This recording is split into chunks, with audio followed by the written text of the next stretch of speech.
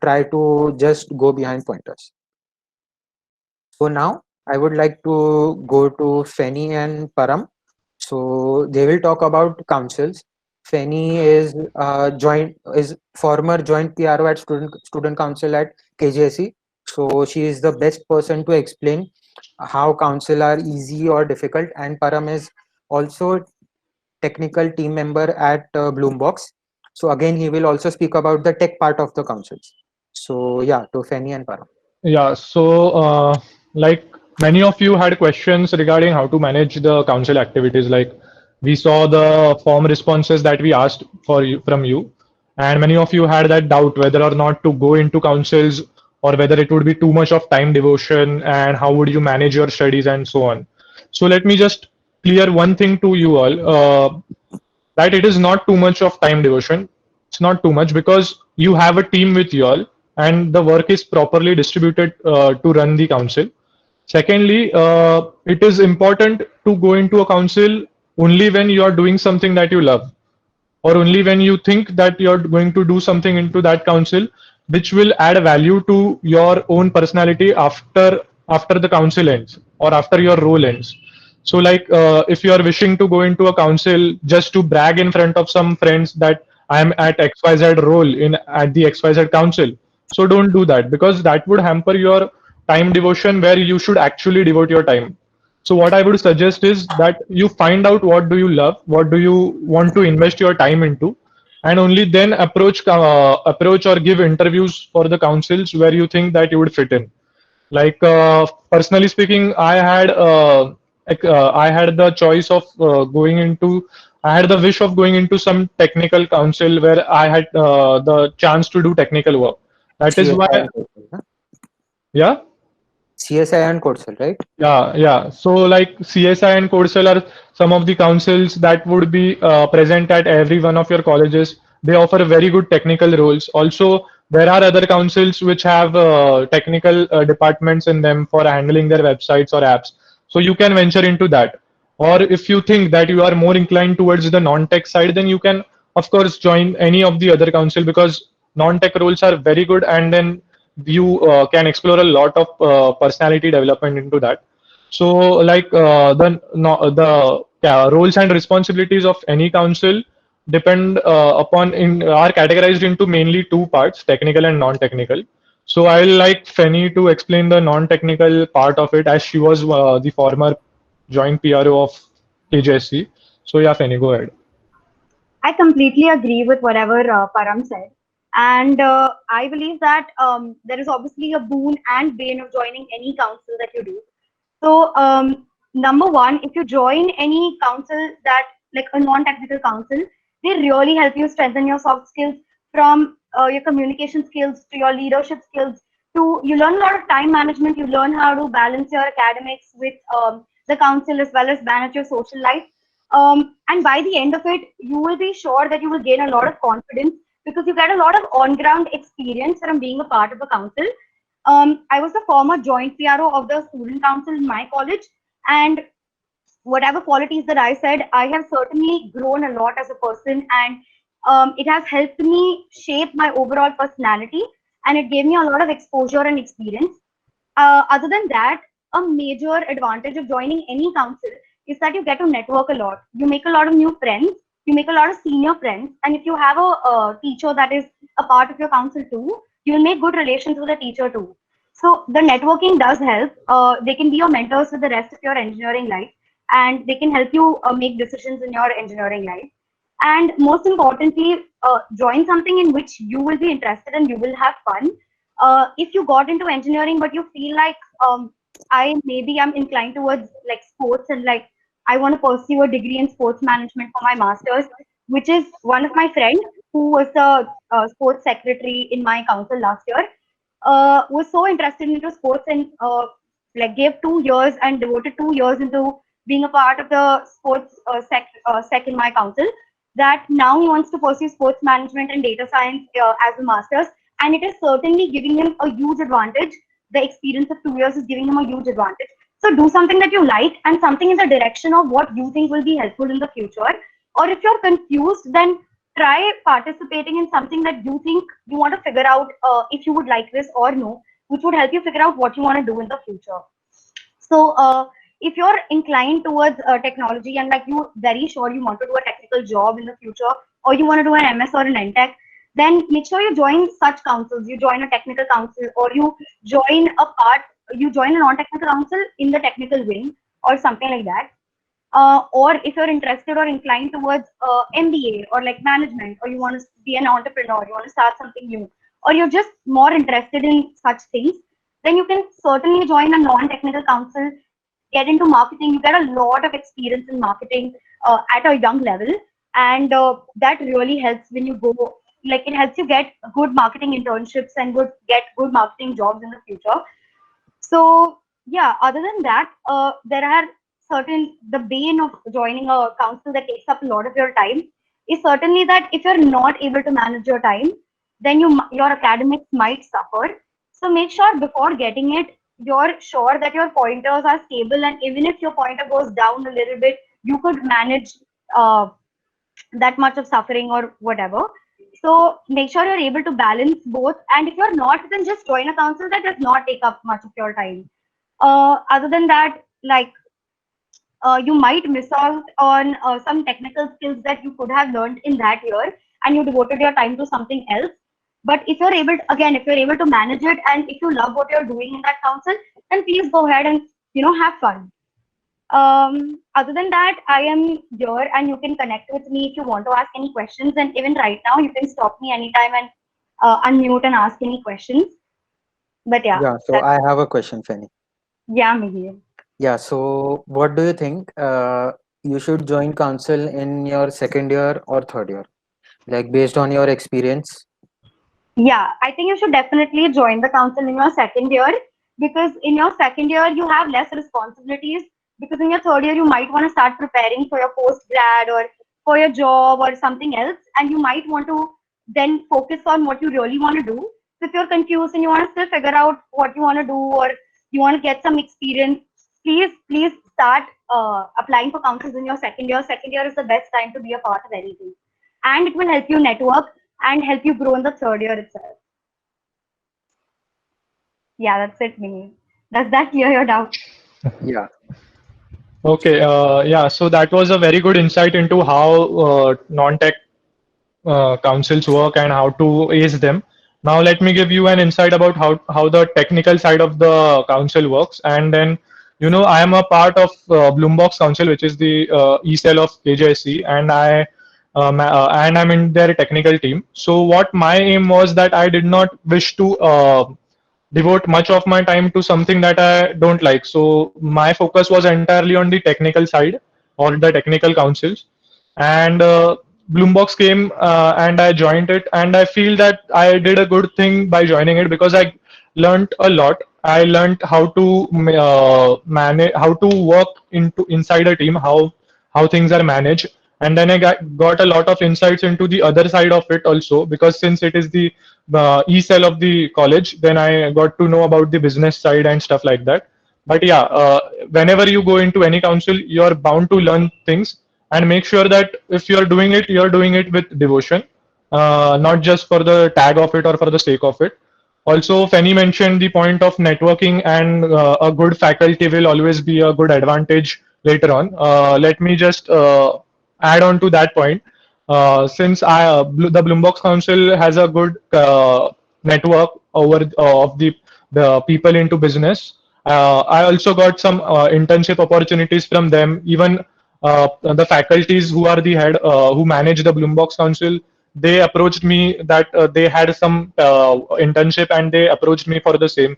So when you are into a council, you have its a lot of advantage, and then one thing leads to another, and you grow as a person. You grow on the technical side, you grow on the human side. You know how to work into team, and then when it adds that cutting edge to your personality. Now, the coming to the disadvantages of the technical side of the council, I don't think there are many. Whatever were there, that they were common between the tech and non-tech council roles both, which Fanny had mentioned. So make sure that you join the council if you feel like, if you have it in your wish list, then go for it. But make sure that you do something that you love in the council. Yeah. So that was about the councils, whether they are advantage or disadvantage. Yeah. So yeah, Param. Yeah, coming on, moving on forward, internships. I'm sure many of you might know that now the All India Council of Technical Education has made it mandatory to do internships for engineers from the year 2018. If at all you don't know this, soon enough the college will drop that bomb to you all that you need to complete 14 credits worth of internship. So how to complete them and why, and not just for the credits, but why to do internships. I'll answer saying that question because whenever you do an internship, it adds a value to your resume, which will reflect afterwards when in the coming years. Also, adding beyond adding values to your resume, you will get to learn a lot. You will, even if you are applying for an internship, you are not expected to know each and every small detail of it or every requirement of it. They'll give you the time, they'll give you the resources to learn, and then that will work as a good journey from not knowing something to knowing something and then contributing it towards it practically. So mainly Experience value, right? yeah, yeah, exactly. The experience value gains a lot. And then basically internships are classified into the two types, how you gain them. So there are in-house internships and there are external internships. In-house internships are basically internships that you do under your own college umbrella. Like there will be the say for example, there will be a software development cell at your council or the at your college, or the councils that you join. They also sometimes count as the internships. Like my Bloombox tenure is being counted as an internship. So that is how you gain in-house internships. Also, there are faculties, there are teachers, professors who have certain projects under their hood. So they will float up the internships and convey the message that we need a certain number of people working at this on this project in this particular domain. So if that satisfies your criteria and you think that I want to learn this, or I know this already and I want to contribute towards that field, so you can of course go for that internships as well, which are and then approach the faculty and gain that in-house internship. Also, now coming to the external internships are important as well because then there is no one to streamline the journey for you. Like at the college, there will be a bit of help from the faculty coming towards you, but external internship will give you that real deal outside world experience.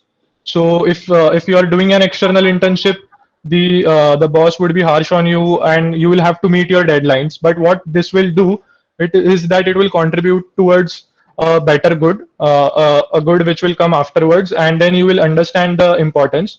So external internships, there are platforms like various other platforms like say for example Internshala. You guys must have heard of Internshala. So majorly you can use Internshala to get non-tech internships, and non-tech internships are a good thing to do when mostly during your first year break, after your first year or during the first year, because then from your second year you will start gaining insight into the technical side of your respective branches. So whenever you get an opportunity, make sure that you do the non-tech internships from external side also. And even in your third year, the many companies approach your college to give internships. Those are very good internships, 2 month long or 6 month long internships, classified as winter internships or summer internships. Those internships are something that you will have to focus on a lot. If you are capable of getting that internship, then there might be a chance that they offer you a job before your placement scenario happens. That is called as a pre-placement offer. So if you ace that kind of internships, then it would be a very streamlined process for you, and it would take off a lot of headache from your head. So yeah, make sure that you do internships, and that will only add value there, to your resume and to your technical aspects. So yeah, that was about internships from my side. So, Param, there is a question. Yeah. Uh, do research internships have some value? I would say, like from your proper company and technical, non-technical internships, research internships have too much value because the experience which you gain from those research internships is immense. I would like to give my example. I have done a 6 month research internship. After doing that research internship, I also wrote a research paper, which is now going to be published in next month. So from that internship, I actually learned the things which was in process to do next semester. But because I had got that internship, so I started learning those things, and I am now ahead of my previously planned track कि मैं ये semester में ये करूँगा, इसमें ये करूँगा, because from that internship I learned many new things. So if you get an internship or research internship, always prefer for that. So another question is, how many Yeah. credits does one get after completing an external Oh, internship? oh, So credit system. Okay, so Param, you Can want to I? say? Yeah, Yeah. I'll go ahead with that. So the credit system was recently introduced, and as I said, from the year 2018 and 19 academic year, the All India Council of Technical Education has introduced a new rule that an engineering student has to complete 14 credits worth of internship. So what is 14 credits and what is one credit? So basically, one credit is equivalent to 40 hours of work, and 14 into 40 hours of work need to be completed to complete those 14 credits. So the question is, how many credits does one get after completing an external internship? It completely depends upon Depends the on a period. tenure. Yeah. Yeah, the tenure of your internships. So for example, if you complete your external internship in 1 month, and your boss gives you an internship certificate mentioning the number of hours as 160 hours, then you are going to get 160 divided by 4, equivalent to 4 credits from that external internship. Similarly, not just from external internship, you will get those credits from in-house internships as well. The faculties will give you a similar certificate mentioning the number of hours of work that you did, and that is to be submitted and learned submitted to the college, so that they keep track of the amount of credits that you have gained. And then during your 4 years, you just have to complete the 14 credits. So that is it. Yeah. So now coming on. Mihir, just a Yeah. second. Adding to So he's Malay's Arnav question. Mankad. Yeah, okay, He guys, is a I'm tech head Arnav. at Synergy. So adding to Malay's question, basically it also depends. The importance also depends on who is actually seeing all these credentials. Like if you are applying for some further studies or something, the research is very important. And if you are applying for some typical technical company, they would be more interested in your normal internships, which show that you have worked on specific technology. So that also varies. Like if you are working in some management, applying for management kind of position, then your non-tech internships and councils get uh, into picture. So see accordingly, like what you are aiming at exactly, and choose your internships and councils accordingly. Yeah. And Mir, do you mind if I answer Rohan's question? Yeah, sure. You can read the question and So continue. yeah, so Rohan, what I would suggest is when I also joined engineering, I had no idea of any coding or anything. I started with Code Academy. So it is partially free and it is a very good platform to get started with coding languages. It's really easy and totally interactive. Coursera, the Also, we problem with have Coursera is their yeah. videos. Yeah, continue, Mir. No, no. Like with Coding Academy, recently HackerRank is a good platform to practice your coding language. It has each problem for each small syntax also. So with Code Academy, also explore HackerRank. Yeah, I was Uh, going to add that. yeah. Yeah. So these are 2 3 places where You you were might talking want about to start. Coursera. Yeah, and the problem with Coursera is those are video languages, so you have to watch those videos, and if you don't implement them, then it's of no use, kind of. You need to, okay, for higher studies it's not going to. Malay, we will take these questions at the end. So, yeah, we will remember and we will take all these questions at the end. No issues. Arnav, we can continue. Oh yeah, so that's it. Like Coursera, with the problem is that you need to actually implement things, and if you don't do it, then it's not really helpful over the time. Yeah. So, Coming on to the projects, so I would answer most of the questions asked in Excel sheet. Also, Malay, I will answer your questions ahead because we have created a separate section for this question also. So in projects, now people think कि यार बड़े बड़े projects चाहिए and everything. There is no compulsion of very large projects. So for example, if you are learning a coding language like Python and you have coded something new, or like you have coded a clone of something or a new innovative idea, you can always convert that into a small project that is called a mini project. When you do your college projects as your assignments or a complete lab work project, those can be your major projects. So you need to have around 4 to 5 projects in your whole engineering career. 4 to 5 is minimum. You can have up to 10, 12, 25. That's no, like there is no limit, but have 4 to 5 projects. From that, have 2 or 3 major projects. Now the college curriculums are made such a way that you have more theoretical work. So when to do these projects? So in some vacation you will have your free time, you won't be doing internship, so try learning new technologies, and when you are learning those technologies, make any innovative project from that technology and add it in your resume. Having a good project with a good technology will always enhance your resume. I would like to tell Arnav, based on his interview experience, that how his project helped him during his interview. Yeah, sure. So basically, I was interviewing at a company, and I had a project which works with real-time data. So the thing is, the project touches a part which is really new, like something like that was you don't see it in general time. So the interviewers were really impressed, and he said like this is really innovative thing. So even if it is not really complex, it can still make a really good impression on who is interviewing you. So projects make a lot of importance while going anywhere, applying anywhere.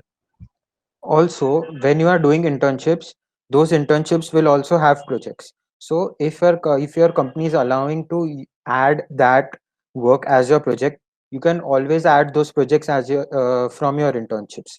So with your internship, you are also working on a project, you have your own project, and that way. So start learning new technologies, think of innovative ideas, and guys, please do not copy projects from internet. Try to create your own innovative projects, because to submit your assignments you can copy those projects like everybody does. एक moment पे हमने भी किया होगा, but जो खुद real time projects बनाते हो, that those give you most learning and experience from the copied projects. So try to have good projects, innovative projects, and always when you learn something, try to incorporate that into a project. So after projects, I will talk about competitions and hackathons.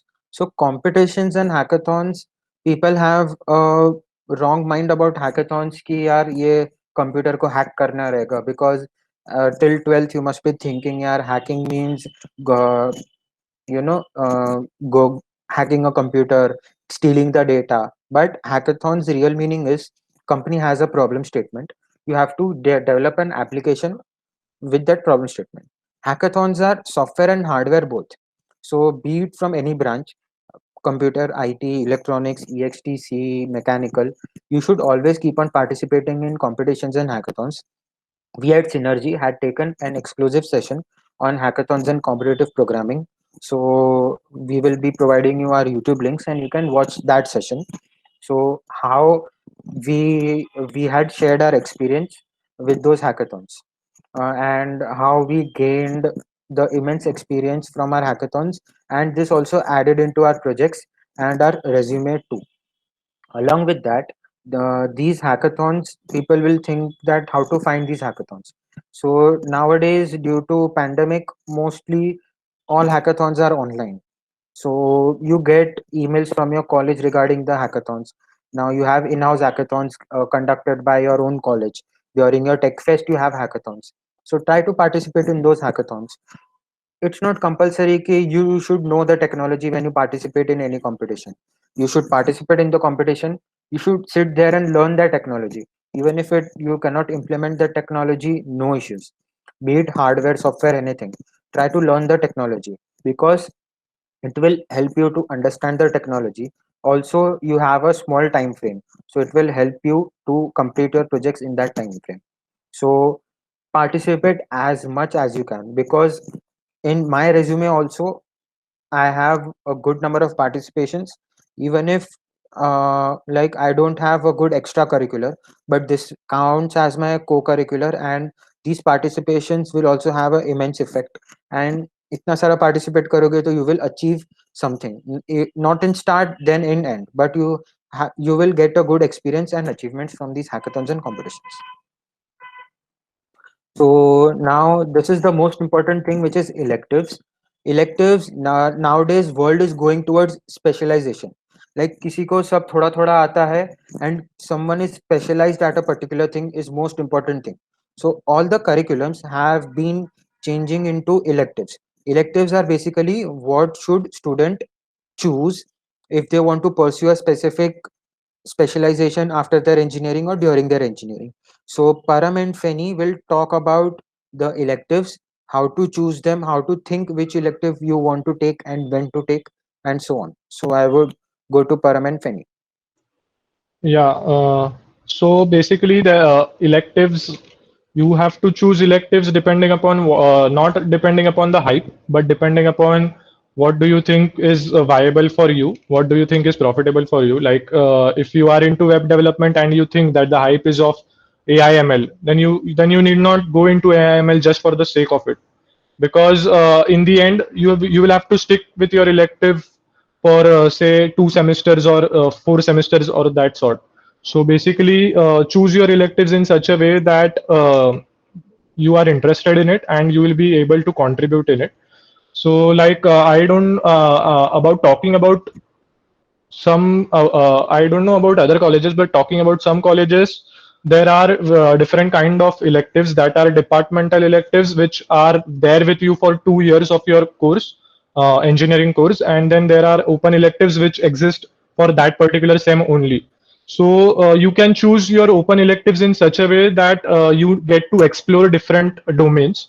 Like for 1 semester, you can choose your open elective to be something related to say augmented reality or virtual reality, so that you get the gist of it, like you get to understand what is there into it.